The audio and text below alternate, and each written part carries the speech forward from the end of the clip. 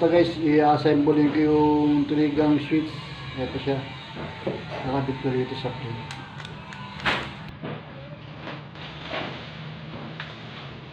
Ito yung mga switch. Dali lang yung kabit ko guys, sinasalpa ko. Ito guys, ito yung lock. Lock na ito. Sasalpa ko muna siya dito. Ayan. Pagpito ko yan. Makita. Ayan. Yan, pare-pares yung no. Yung tandaan na pare-pares yung pare-pares.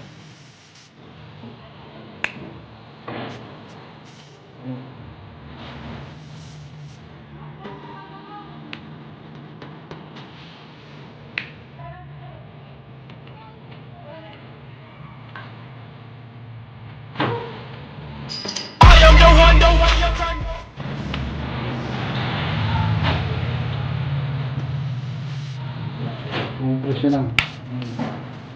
Pagpupul siya.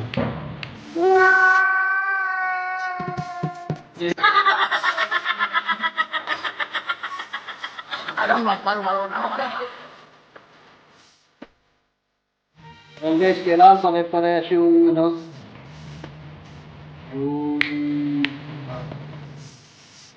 marker niya, pare-parehas na.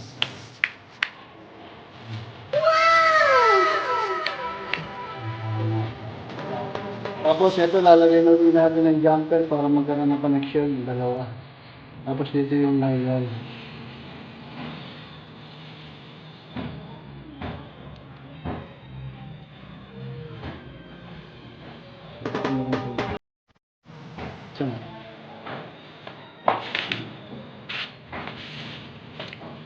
Marami ka mang po. Ganyan na guys, susukon nyo lang pang ganun.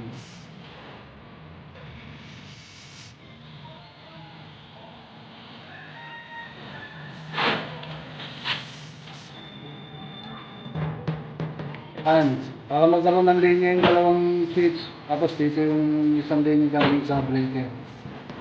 Yun na guys, yun na natin doon sa issue lane. So guys, importante dito, meron kang gamit na test light. So ito yung ano, tingnan natin kung sino yung saan yung light ko. Kung umilo siya yun. So guys, yung light ko, umigaw.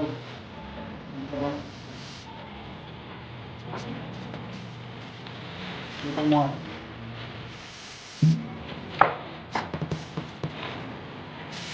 Guys, ito yung line 2. Yan o, umilaw siya. Tapos ito yung sa return, wala pa. Ano yung sa return? Okay guys, karapit natin yung switch. Okay na. Ito yung switch natin guys. Dito natin kakapit yung line 2. Papunta kong sa return. Sinasalpak lang dito. Ayun lang. Ayun, kabit na.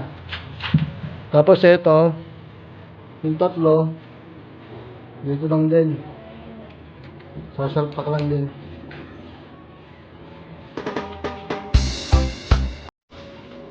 Ayan. Nasalpak lang din guys. Ayan. Ayos na. Kakabit ko na lang ito mamaya. Ito guys, kakabit ko na yung ano, kakabit ko na yung plate. Tapos mamaya mag-testing tayo na kung mayroong ilaw, kung gumagana na.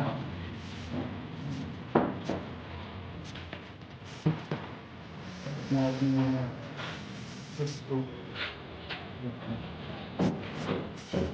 Kami kung bigyan lang.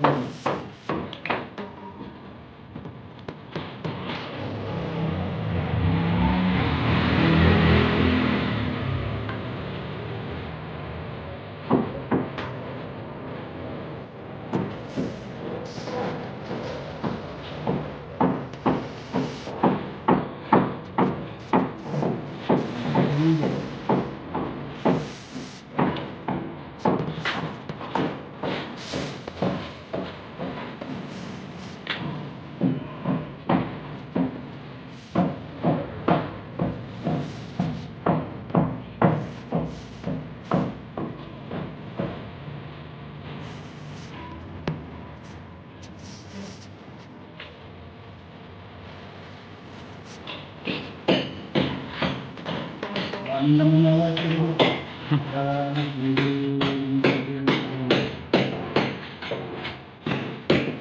Tingnan nyo lang kung nakalibel. Na-adjust naman siya.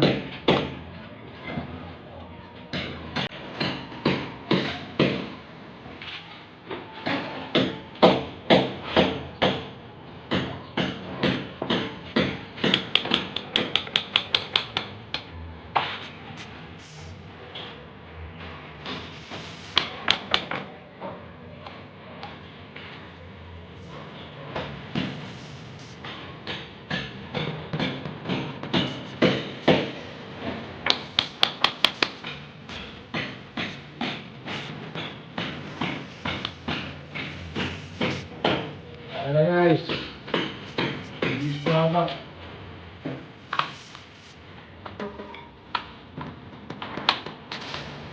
Okay. Good.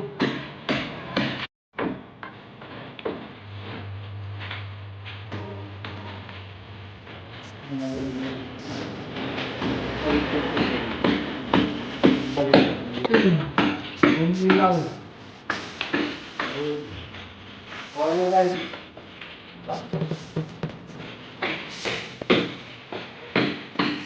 Ako mga aspiring electrician. Ang okay yung YouTube channel ko. Bye-bye.